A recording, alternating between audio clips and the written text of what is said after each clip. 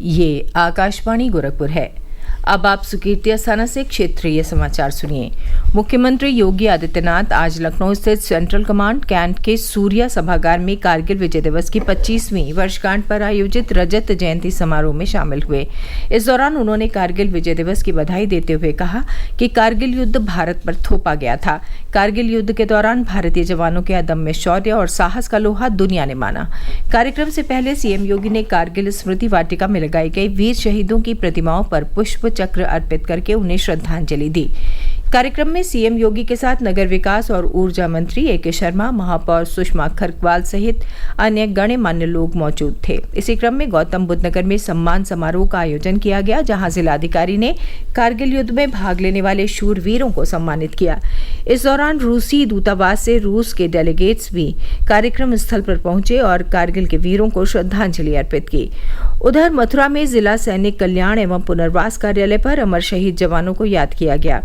इसी तरह अयोध्या, गोरखपुर, लखीमपुर खीरी, कौशाम्बी, मैनपुरी, उन्नाव, हापुड़ और मेरठ में भी देश के वीर सैनिकों को याद किया गया। सरकार ने 31 मार्च 2027 तक देश भर में 25,000 प्रधानमंत्री भारतीय जन औषधि केंद्र खोलने का लक्ष्य रखा है।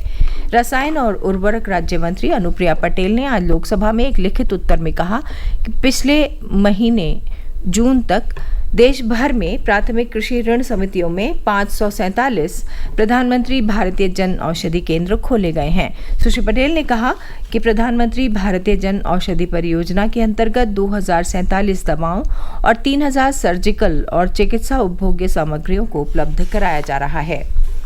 देश में सिकल सेल बीमारी को खत्म करने के लिए सरकार ने अगले 1 साल तक 0 से 40 साल की उम्र के 7 करोड़ लोगों की जांच करने का लक्ष्य रखा है।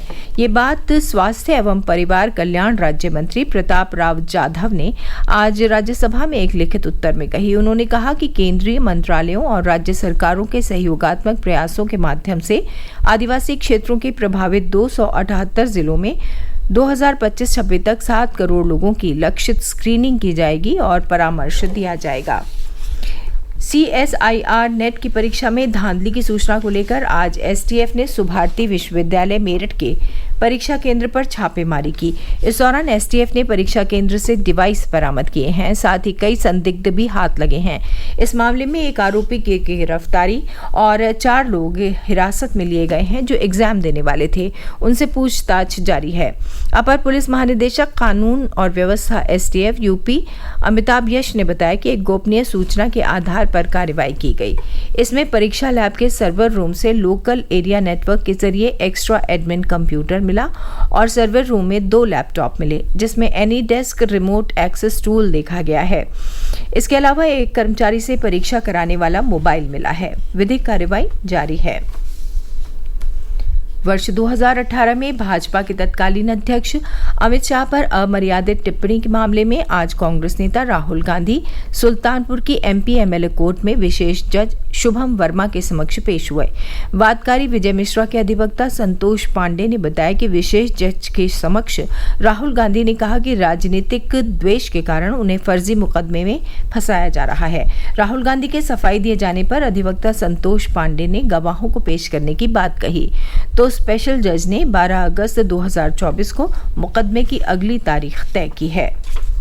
प्रदेश में उत्तम स्वास्थ्य सेवाओं को बढ़ावा देने के लिए लखनऊ स्थित किंग जॉर्ज मेडिकल कॉलेज के जनरल सर्जरी डिपार्टमेंट को नई बिल्डिंग से युक्त करने की प्रक्रिया प्रारंभ हो गई है। मेडिकल यूनिवर्सिटी कैंपस के अंदर ही 9.62 एकड़ क्षेत्र में 315 करोड़ रुपए से बिल्डिंग का निर्माण और विकास किया जाएगा। परियोजना के अंतर्गत ग्राउंड फ्लोर सहित कुल 7 मंजिला ऊंची बिल्डिंग का निर्माण होगा। साथ ही advance robotic surgery system, 300 bed युक्त टीचिंग हॉस्पिटल, मॉर्चरी सहित विभिन्न सुविधाओं से लैस किया जाएगा। चंदौली जिले के कंदवा थाना क्षेत्र के बरहनी कस्बे के समीप आज तेज रफ्तार बोलेरो अनियंत्रित होकर पेड़ से टकराकर गड्ढे में पलट गई। हादसे में बोलेरो वाहन में सवार 3 लोगों की मौत हो गई, वहीं 2 अन्य घायल हो गए। सूचना पाकर मौके पर पहुंची पुलिस ने घायलों को अस्पताल भिजवाने के बाद शवों को अपने कब्जे में ले लिया। पेरिस ओलंपिक 2024 खेलों की शुरुआत आज से होगी। ओलंपिक खेलों के उद्घाटन समारोह का आयोजन पेरिस में सीन नदी के किनारे भारतीय समय के हिसाब से रात 11 बजे से होगा। भारत की ओर से शरद कमल और पीवी सिंधु परेड में ध्वजवाहक के रूप में देश का प्रतिनिधित्व करेंगे। पीवी सिंधु बैडमिंटन में 2 बार की ओलंपिक पदक विजेता हैं।